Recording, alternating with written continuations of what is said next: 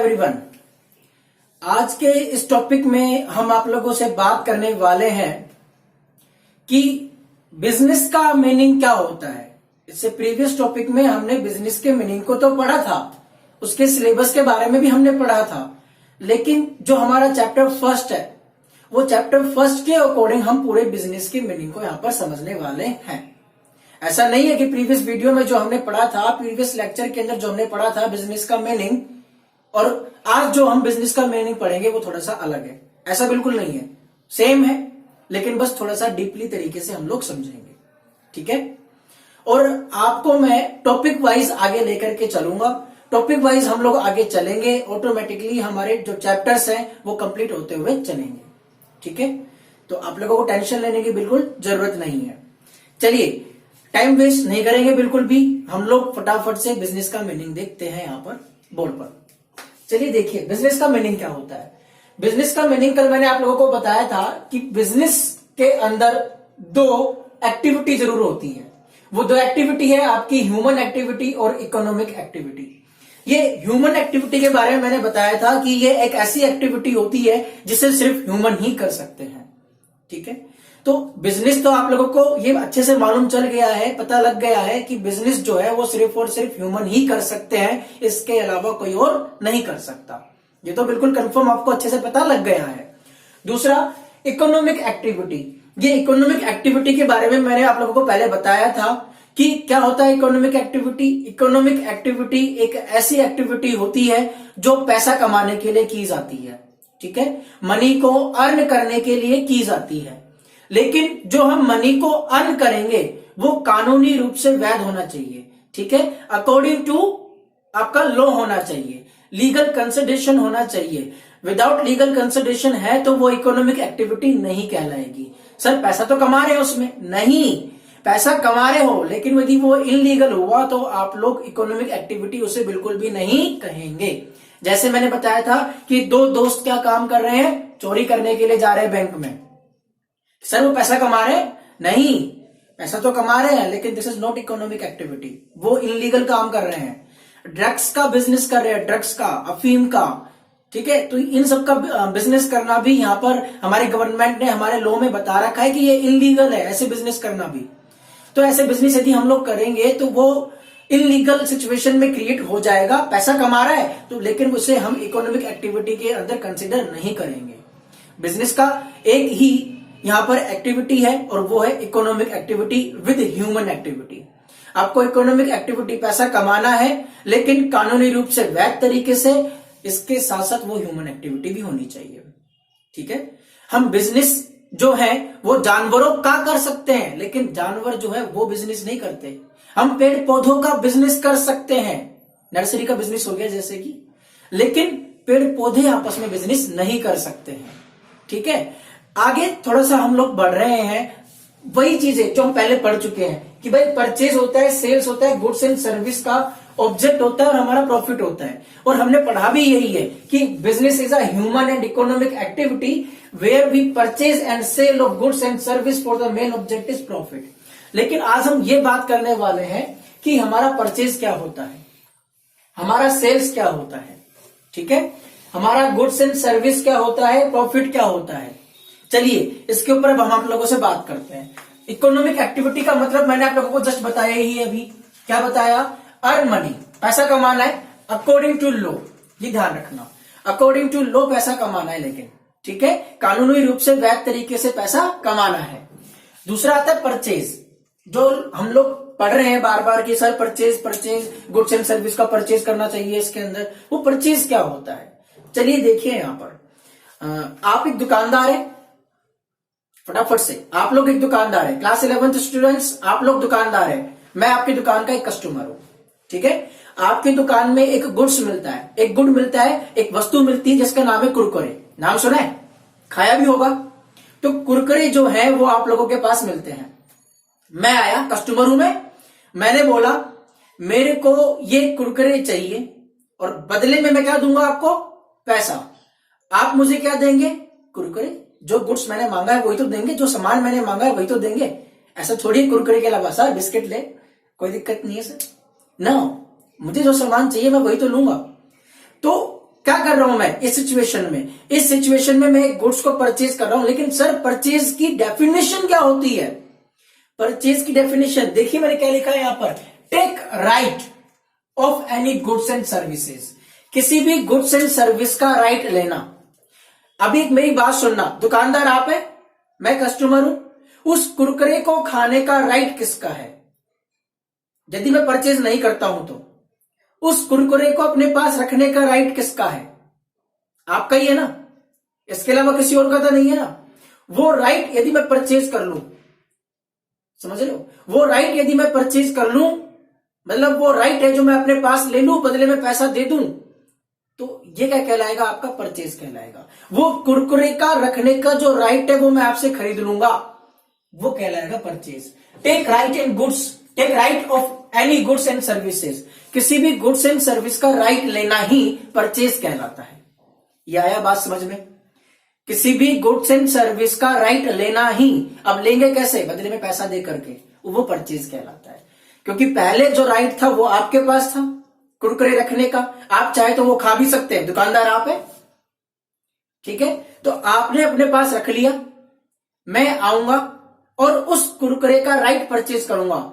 चाहूं तो मैं उसे खा भी सकता हूं, चाहूं तो किसी और को बेच भी सकता हूं, वो मेरा राइट है, ठीक है। अब आया बात समझ, परचेज क्या होता है?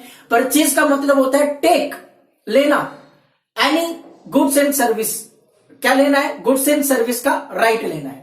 Take right of any goods and service, किसी भी गुड्स एंड सर्विस का राइट लेना ही आपका क्या कहलाएगा?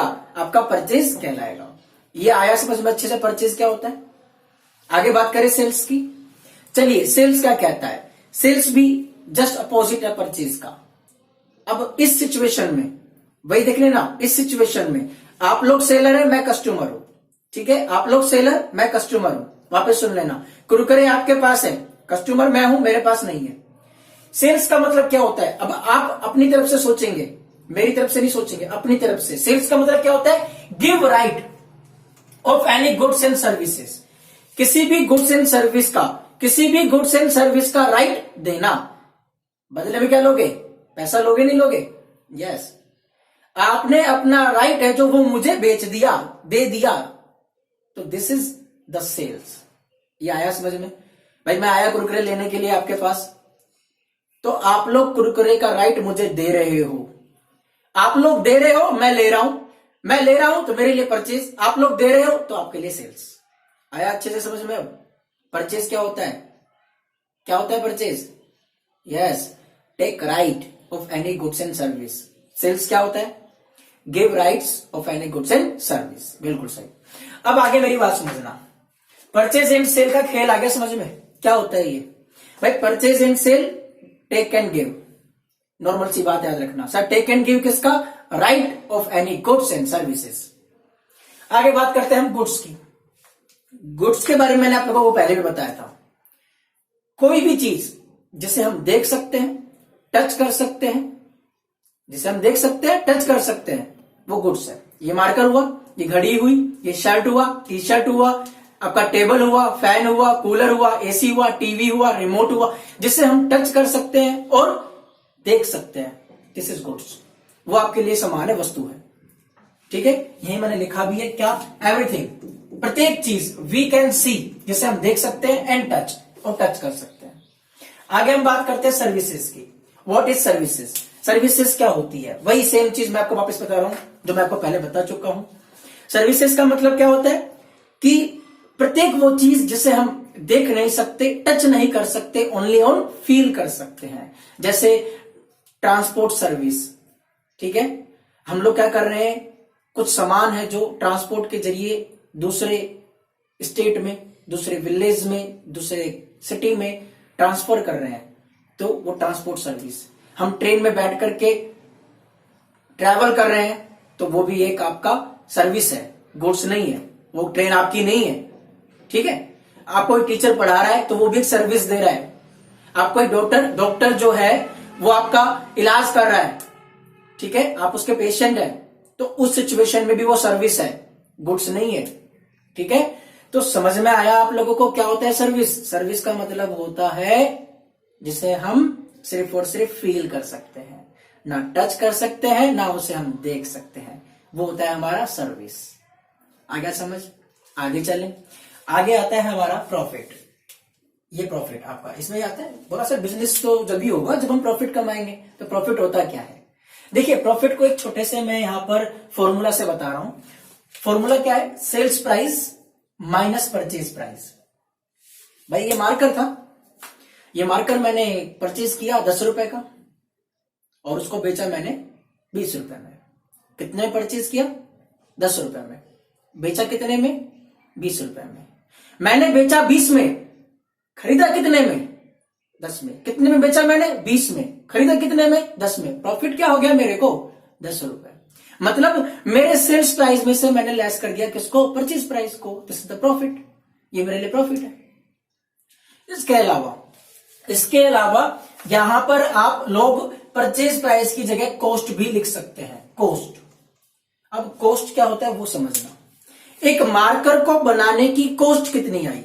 मैंने सोचा इस मार्कर को बनाने की कॉस्ट है कि भाई ये प्लास्टिक जो है मार्केट से मैंने परचेज किया, इसको मैंने सही से बनाया, 3 रुपए की कॉस्ट इस प्लास्टिक की हो गई। अंदर मैंने इसके अंदर ग्रीन कलर का इंक डाला, ये 5 रुपए की मैंने इसमें इंक डाल दिया और अच्छे तरीके से मैन्युफैक्चरिंग करके इसको 7 रुपए में मैंने बना दिया। ठीक है, 7 रुपए में मैंने इसको बना दिया पूरा परफेक्ट।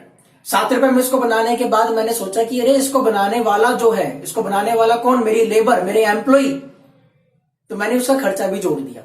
मेरे लेबर और एम्प्लॉय का खर्चा जोड़ दिया मैंने। एक मार्कर को बनाने का 3 रुपया। जो मेरा लेबर है ना वो एक मार्कर को बनाने का 3 रुपए लेता है। तो मैंने कितने में बना दिया? पूरा 10 रुपए में। भाई लेबर को कितने दिए मैंने?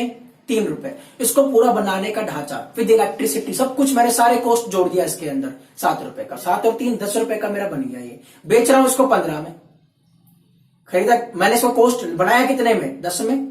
बेचा कितने में? 15 में। प्रॉफिट कितना कमाया? 5 रुपए।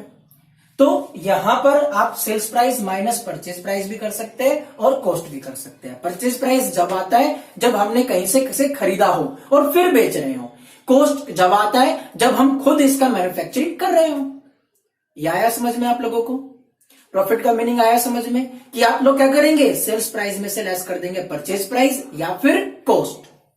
क्या बचेगा आपके पास? प्रॉफिट। यह आ गया समझ में अच्छे से? बिजनेस का मीनिंग आ गया अच्छे से समझ में? बिजनेस का मीनिंग क्या है? Business is a human and economic activity where we purchase and sale of goods and service for the main object is profit. एक ही इसका ऑब्जेक्ट होता है, वो क्या? प्रॉफिट। अब मैंने बताया था आप लोगों को बिजनेस जो है ये बिजी वर्ड से बना था और बिजनेस करने वाला जो पर्सन है वो कौन होता है? हमारा बिजनेसमैन। ठीक है, तो ये छोटा सा टॉपिक मैं आप लोगों को पूरा डीपली बताया है अभी कि बिजनेस क्या होता है। Human activity, economic activity, purchase and sale, goods and service, object और प्रॉफिट। ये था बिजनेस।